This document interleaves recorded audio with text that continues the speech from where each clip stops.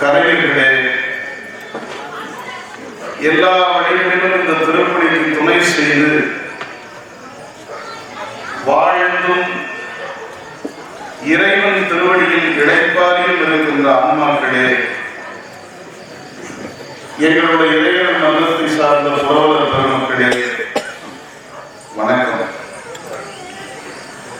முதலில் எனக்கு ஒரு ஐயம், இந்த நாளை குறித்தவர் யார்? திருக்குட நன்னீராட்டை நாளை தினம் செய்ய வேண்டும் என்று குறித்தது யார்? சத்தியமாக சொல்லுகிறேன், மனிதர்களால் இது இயலாது.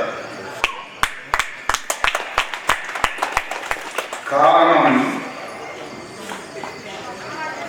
இந்த நாள் வார்த்தைகளால் வர்ணிக்க இயலாத ஒரு தருணம்.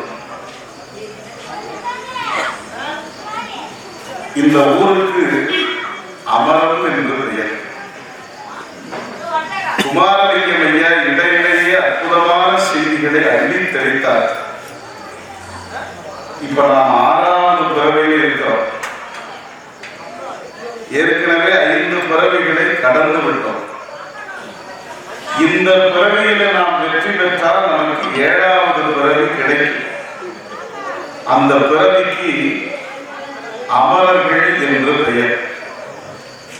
அமரர்கள் என்றால் தேவர்கள் என்று பெயர். அந்த பிறவி கிடைக்க வேண்டும் என்றால் இந்த பிறவியிலே நாம் இறைவன் திருவடியை பற்றிக் கொள்ள வேண்டும். அந்த இறைவன் திருவடியை பற்றுவதற்கு என்ன வழி? இறைவன் திருவடியை பற்றுவதற்கு அழுது உணர்ந்து புரிந்து அவன் திருவடியை உணர்ந்தால் நாம் இறைவன் திருவடியை அடையலாம். அதை எங்கோ இருந்து வந்திருக்கிற நான் சொல்வது பொருத்தமல்ல, இந்த ஊரில் வாழ்ந்து காட்டிய கோபால் அதற்கு ஒரு சாட்சி. அதற்கு அமரர் பிறவி என்று பெயர். அந்த அமரர் பிறவியில் இருப்பவர்கள் வாழுகிற ஊருக்கு அமரம் என்று பெயர். இந்த ஊருக்கு என்ன பெயர்? அமரம் என்றால் தேவர்கள் வாழுகிற ஊர் என்று பெயர். இது அமரம். அடுத்தது, நாளைக்கு என்ன மாசம்? மார்கழி மாசம். வானமும் சாத்திரத்தை கணித்தவர்கள், எளிமையாக சொல்ல வேண்டும் என்றால் பஞ்சாங்கத்தை கணித்தவர்கள் ஒரு பேருண்மையை கண்டறிந்தார். ஒவ்வொரு பிறவிக்கும் ஆயுட்காலம் என்று ஒன்று உண்டு.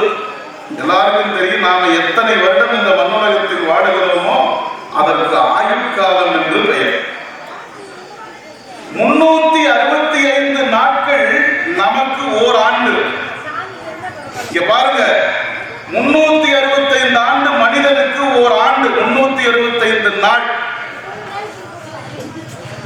இந்த 365 நாளும் சேர்ந்தது தேவர்களுக்கு ஒரு நாள். தேவர்களுக்கு ஒரு நாள், அமரர்களுக்கு ஒரு நாள் என்பது ஒரு வருஷம் நமக்கு. இதை யாரும் மறுத்தார்கள் என்று சொன்னால் அவர்களுடைய அறிவுக்காக ஒரு செய்தியை சொல்வேன். ஒரு நாள் மட்டுமே வாழக்கூடிய உயிரினத்திற்கு ஒரு வருடம் என்பது பொய். ஒரு நாள் மட்டுமே வாழக்கூடிய ஈஸ்வரிடத்திலே போய் ஒரு வருடம் என்று சொன்னால் அது பொய் என்று சொல்லும். ஏன்னா அதனுடைய ஆயுள் ஒரு நாள் மட்டுமே. ஒரு வருடம் மட்டுமே வாழக்கூடிய ஒரு உயிரினத்திற்கு 100 வருடம் என்றால் அது பொய். அப்படி என்றால் நமக்கு ஆயுட்காலம்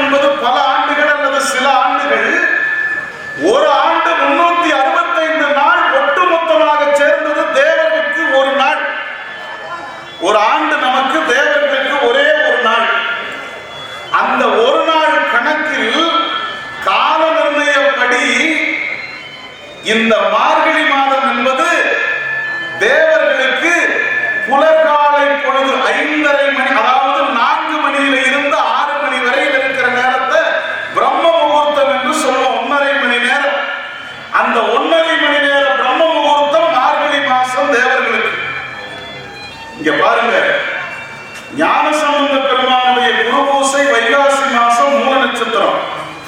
அந்த வைகாசி மாதம் மூல நட்சத்திரத்துல 12 திருமுறைகளை வருடம் முழுக்க பாராயணம் செய்ய துவங்குகிறவர்கள் பதிகப்படி முறையாக பாராயணம் செய்து வந்தால் மார்கழி மாசத்துல திருவாசகம் வரும்.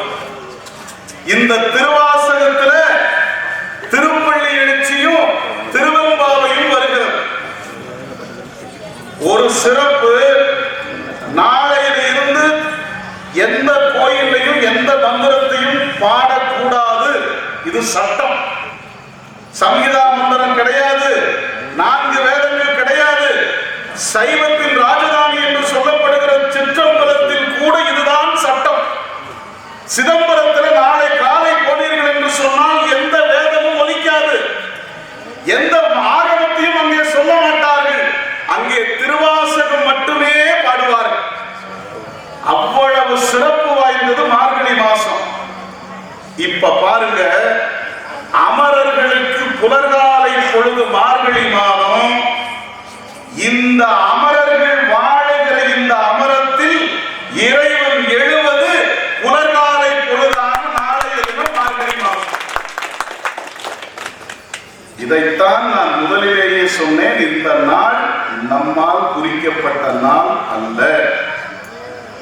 இறைவன் உள்நின்று உணர்த்த அந்த இறைவனுடைய திருவருளுக்கு உரிய ஆன்மா ஒன்றினால் மட்டுமே இந்த நாளை குறித்து கொடுக்க இயலும். அப்போ ஒரு உண்மை இங்கே புலப்பட்டிருக்கிறது. இங்கே எழுந்தருளி இருக்கிற விசாலாட்சி தாயும் விஸ்வநாத பெருமானும் நாளைய தினத்தில் இருந்து இந்த அமரத்திற்கு மட்டுமல்ல, இந்த அண்டத்திற்கே அருள்வாளிக்க போகிறார்கள். இந்த அண்டத்திற்கே அருள்வாளிக்க போகிறார்கள். இந்த திருப்பணியில், இந்த பெரும்பணியில் ஒரு செங்கல் அளவு நகர்த்தி வைத்தவருக்கு கூட ஊரே அமரம். இதுல திருப்பணி செய்தவர்களுக்கு, அமரர்களுக்கு தலைமை தாங்குகிற பதவி கிடைப்பது திண்ணம். ஆகையினால இந்த திருப்பணியில் இணைந்திருக்கின்ற, ஈடுபட்டிருக்கின்ற, ஒப்புவித்திருக்கின்ற, துணை செய்திருக்கின்ற அத்தனை பேருக்கும் விசாலாட்சி தாயும் விஸ்வநாத பெருமானும் எல்லா வளங்களும் நலன்களும் தருவார்கள் என்பது திண்ணம். அதை மெய்ப்பிக்கும் முகத்தானாக இந்த விழா இங்கே நடைபெற்றுக் கொண்டிருக்கிறது. ஒன்றை சொல்லி நிறைவு செய்கிறேன். நாளை காலை இங்கே குடநீராட்டு நடக்கிற நேரத்தில் நமக்கு கடைசியாக ஒரு செய்தி வருகிறது. காசியில் இருக்கிற விசாலாட்சியும் விஸ்வநாத பெருமானும் அமரத்திற்கு வந்து விடுவார்கள் என்கிற செய்தி நமக்கு கிடைக்கிறது. அனைவரும் அமரத்தில் இருந்து அமரத்துவம் ஈடுவதற்கு எங்கள் வழிபடு கடவுளாகிய அன்னை அகிலாண்ட நாயகி சோழீஸ்வர பெருமானுடைய குணார் திருமணிகளை மனம் மெய் மொழிகளால் வழங்கி இந்த அளவில் நிறைவு செய்கின்றேன். திருச்சிற்றம்பலம். வணக்கம் மக்களே, நான் தான் உங்கள் சவுண்ட் சந்தியா. நல்ல கண்டென்ட் வந்து மக்களுக்காக கொடுத்துட்ருக்காங்க. எல்லா துறைகளில் இருந்தும் இந்த அற்புதமான ஒரு தேவையான கண்டென்ட் கொடுத்துட்ருக்காங்க. மறக்காமல் யூடியூப் சேனலை சப்ஸ்கிரைப் பண்ணுங்கள், கமெண்ட் பண்ணுங்கள், ஷேர் பண்ணுங்கள் அண்ட் மறக்காமல் லைக் பட்டனை ப்ரெஸ் பண்ணுங்கள். தேங்க்யூ.